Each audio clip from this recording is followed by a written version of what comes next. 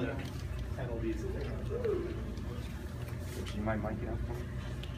You know the answer to that. You know I don't mind.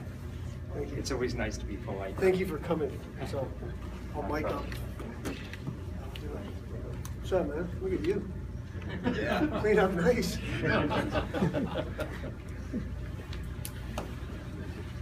All right, folks.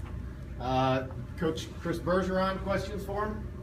Coach, we talked about resiliency a lot in the last 4 or 5 years, but can you just describe the resiliency to make it the first goal, you guys come back and you tie it up right away, and then in that third period, they're pushing, you guys push back, they push back again, to be able to build on that lead and come away with the win and punch and take it to the final 5? Yeah, I didn't think we needed to be resilient a whole bunch in the third. I thought our third period was pretty solid. I agree with you that for us to come back and score right away after we give up what was a pretty easy goal. I mean, to give a tight checking game like that and to give up a breakaway, credit to them to capitalize on it. But to put Tommy in that spot, that was bad on us. And to come back right away and Tyler Spezia just finds a way. I think that showed some resiliency, but it also showed that this group has been there before, and I think that's the way we played there in the third. Those older guys have been in a situation like that before, and I thought we acted that way. What's it about the mental makeup of freshmen on this team? I mean, Spezia had a big goal last night, has a goal tonight, Hawkins 2 goals tonight. It seems like they keep coming up with big situations. Yeah, well, they've been put in good situations, right, from day one. And, you know, you lose Mitchell, and Mitchell's arguably he's a really important part of that freshman class. I know that Mark, Nolan, and Brandon get a lot of the accolades, like the all-league stuff, but they're all contributing. They're all guys that I think have been big contributors from the day they got here, whether it's in points or ice time or whatever. But I think it says a whole lot for those guys. I mean, they're a little bit older than your typical freshman, but they're still freshmen. This time of year, this is the first time they've been in a playoff series. What I like is that the bar continues to get set. This is what they expect to happen now. You expect to play at home in the playoffs. You expect to win in the playoffs, and that's, to me, that's good stuff. That means the future looks good. Chris, would you talk a little bit after that first goal? It looked like the jump and the level of play and everything that you guys did after that, you found another level. Their first goal?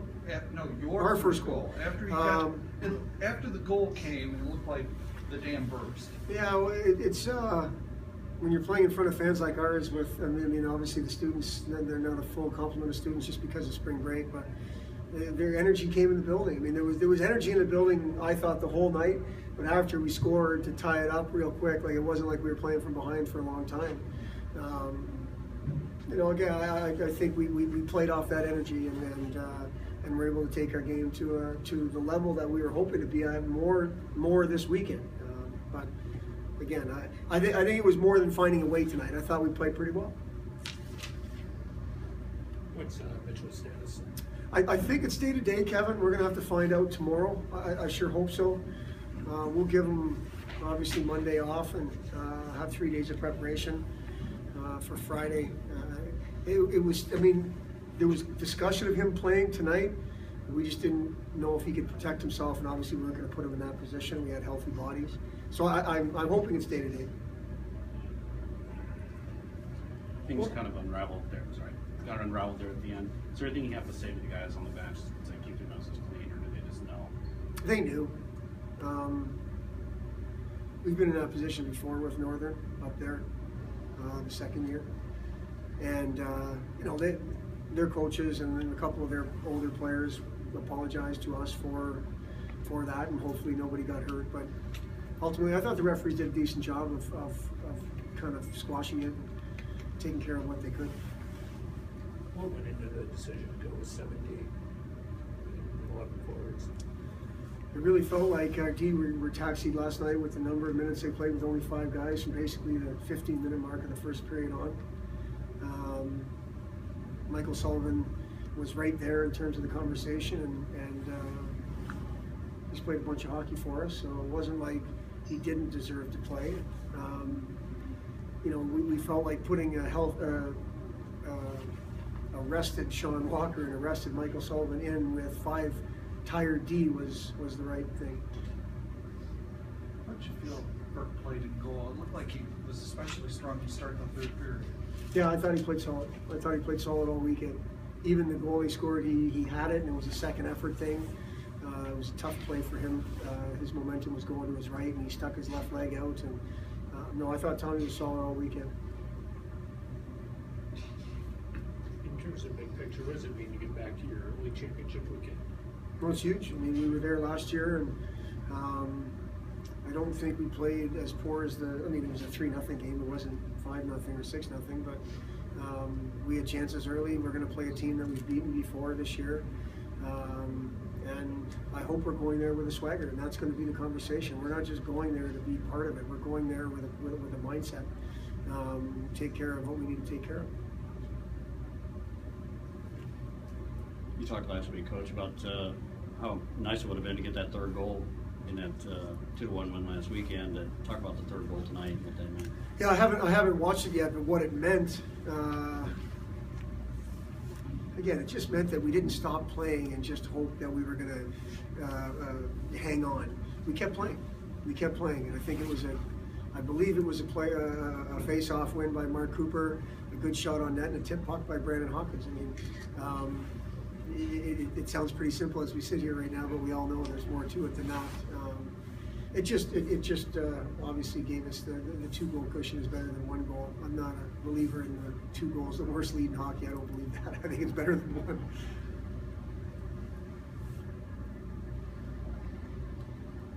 Good. I also want to say it is our last home game, and the post-game press conferences have grown in the 5 years that I've been here. The crowds have grown, and I don't say it enough, but I really appreciate all the attention and coverage that Bowling Green hockey gets.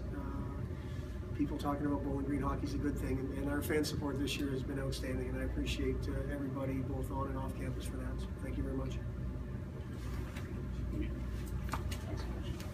I've got Brandon Hopkins coming, so if you guys want to hold tight.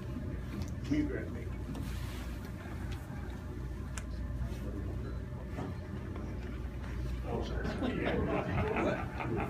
Yeah. Yeah. I didn't. We're live streaming. I assume the mic is always hot. Yes, I know. You heard it. Yeah. That's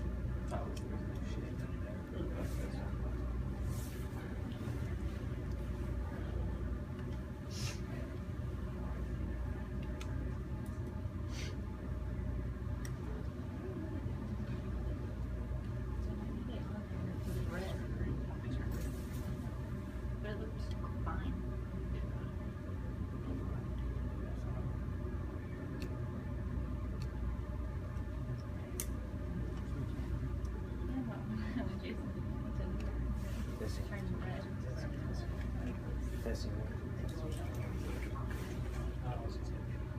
I mean, it looked fine.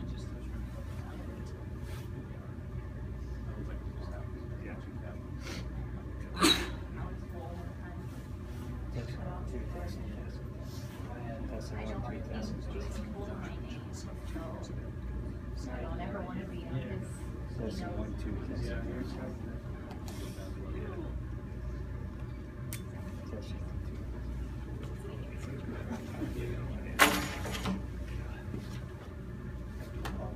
Yeah.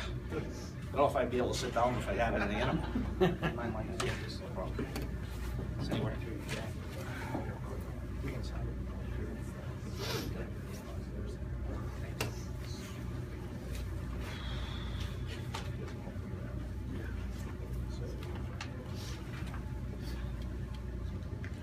It's up there, Brandon. I think so.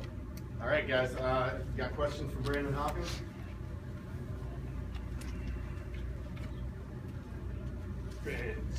What was the importance of Tyler's goal to make it 1-1 so quickly after?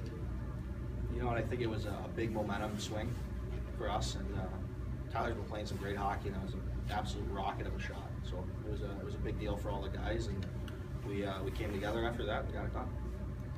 Really seemed you guys picked up the momentum, the energy you guys really. Yeah, it was one of those things where we kind of got in our head going into the third period, saying, you know what, we're gonna win this one. We're coming into it. We want it more, and that's all it's gonna be.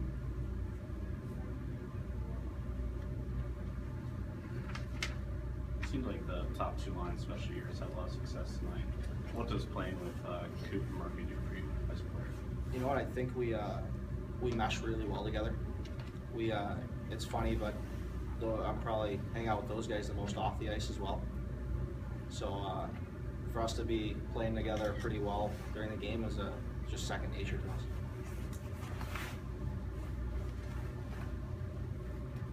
Talk about the mindset in the locker room right now. Relieved to get through this, determined to the next level. No, you know what? We're all pretty pumped up about it. We know we got something special here, and we can go a long way if our mind's right. It's a big deal. You see everybody with a smile coming out of the locker room no matter what tonight. Brandon, how big of the last 4 games have you guys? I mean, 4-game win streak. How you guys kind of had a rough patch there for a couple of weeks just to get 4 straight wins. You guys had a big game heading up to the final 5. You know what? It's definitely big. I think we've gotten together in practice the past couple weeks. We've had some hard practices, and we've been tough on each other, and we've had some long talks between the players. And I think we've all been able to come together more as a team. I think that's the big part of it. Good with Brandon? All right. Thanks, guys. Thanks for fighting. Yep.